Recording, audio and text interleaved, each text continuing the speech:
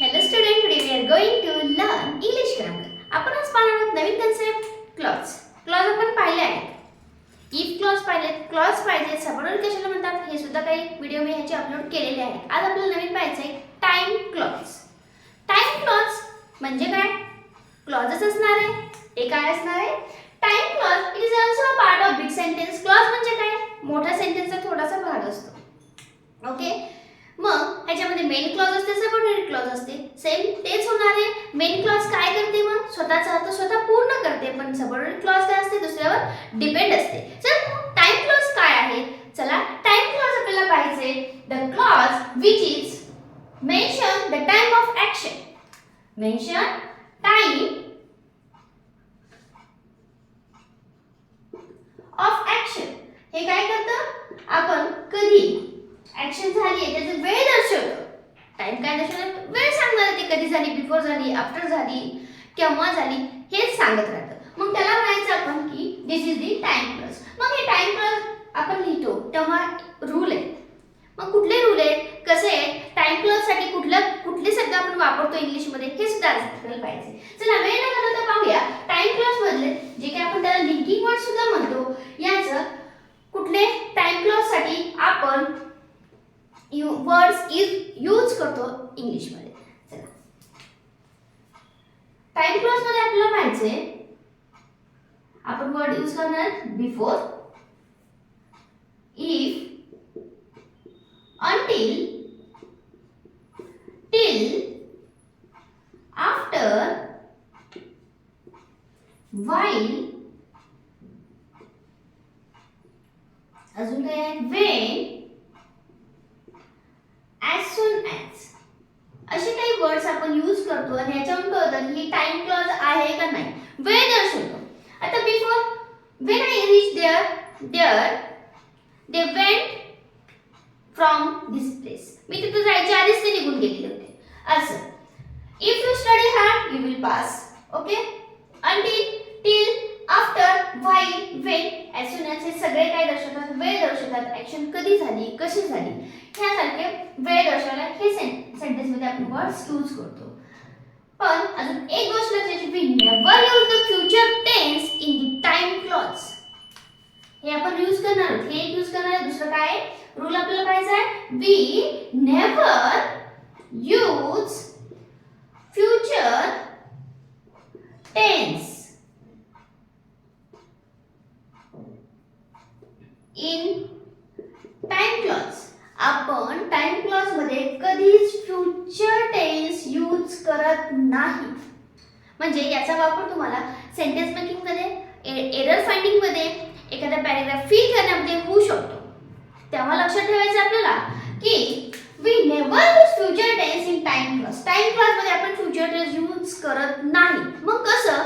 चला, एक्झाम्पल म्हणून मी तुम्हाला सांगते मग कसं असणार आहे. आपल्याला जेव्हा मेन क्लॉज असते आणि टाइम क्लॉज असणार आहे, ओके, सबऑर्डिनेट क्लॉज मध्ये काय असणार आहे? टाइम क्लॉज असणार आहे.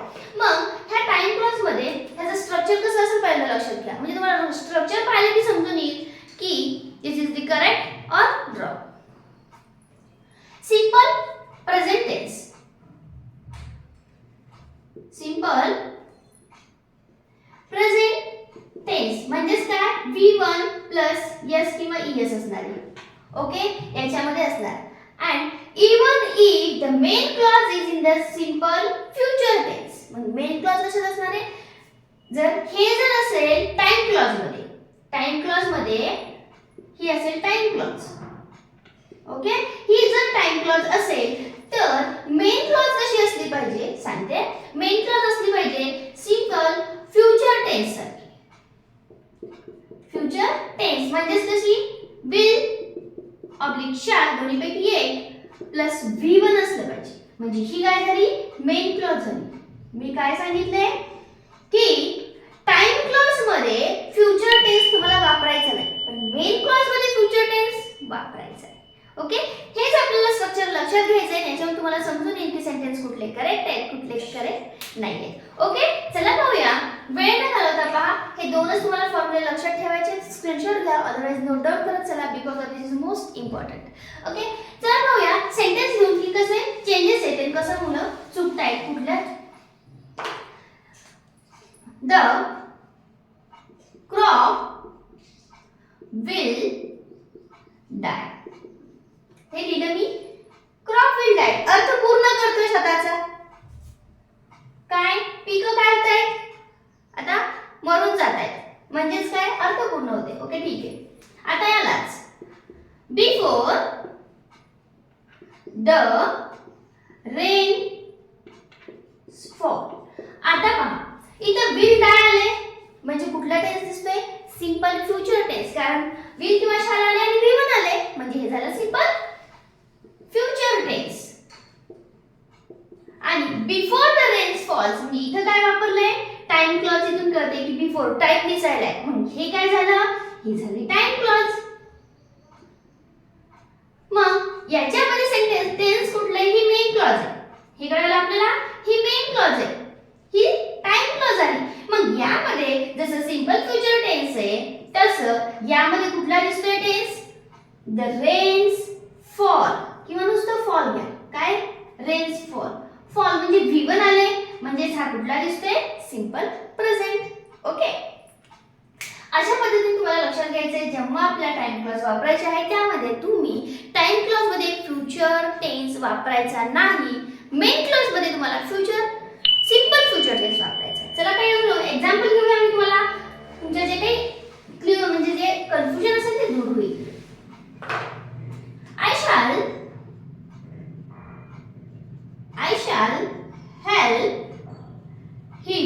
I shall help him if he come to me. पहा इथे काय झाले I shall help आले म्हणजे हे पण झाला मेन क्लॉज झाली इथपर्यंत. ही झाली मेन क्लॉज. याच्यामध्ये आले सिंपल फ्युचर टेन्स. ओके इथं इफून कळते की पुढची क्लॉज कुठली आहे टाइम क्लॉज आहे. जर वेळ दर्शवलाय ही कम टू मी. यामध्ये काय झाले ही कम्स म्हणजे इथे दिसतोय सिंपल प्रेझेंट टेन्स आणि इथून दिसतंय की कुठली क्लॉज आहे टाइम क्लॉज. ओके पहा आपण हळूहळू जातोय पण फक्त जर तुम्ही या ठिकाणी ह्या सेंटेन्सला सांगते इथे तुम्ही लिहिलं I shall help him okay if he will come to me. He will come to me. This is the wrong. हे इनकरेक्ट सेंटेन्स होईल बिकॉज ऑफ इथं काय झालंय इथून कळते टाइम क्लॉज आहे पण इथे वापरले सिंपल फ्युचर अजून. मग त्यामुळे हे सेंटेन्स कसं होते हे सेंटेन्स चुकीचं होतं. का मी परत सांगितले मेन क्लॉज मध्ये तुम्हाला सिंपल फ्युचर वापरायचा आहे पण टाइम क्लॉज मध्ये कधीच फ्युचर टेन्स वापरत नाही. ओके नेक्स्ट अजून एक एक्झाम्पल घेते तुम्हाला समजून येईल म्हणजे समजलं असेल तुम्हाला की टाइम क्लॉज मध्ये फ्युचर टेन्स वापरायचा नाही. Next we shall light the fire. We shall light the fire when it gets cold. पहा काय आले व्हेनून समजतं ही सगळी क्लॉज व्हेन जोडली याच्यावर कळतं टाइम क्लॉज आहे. ओके पहा इथं काय वापरले simple future tense sorry simple present tense वापरले. आता मेन क्लॉज मध्ये पहा शाल आले लाईट आले म्हणजे इथं काय वापरलंय simple future tense simple present tense. Time clause मध्ये फ्युचर टेन्स आला नाही मात्र इथं सिंपल फ्युचर टेन्स आलेला आहे म्हणजे दिस इज द करेक्ट सेंटेन्स. आणि हे सेंटेन्स तुम्हाला काय करायचे करेक्ट येऊन दाखवायचे का तुम्हाला समजून आले की याच्यामध्ये शाल विल नाहीये म्हणजेच वी नेव्हर यूज द शाल और will in time clause. Okay चला काही डाऊट असेल यामध्ये कमेंट मध्ये नक्की कळवत चला. व्हिडिओ कसा वाटला हे सुद्धा सांगत चला. ओके लाईक करून घ्या आणि शेअर आणि सबस्क्राइब करायला मात्र विसरू नका. थँक्यू.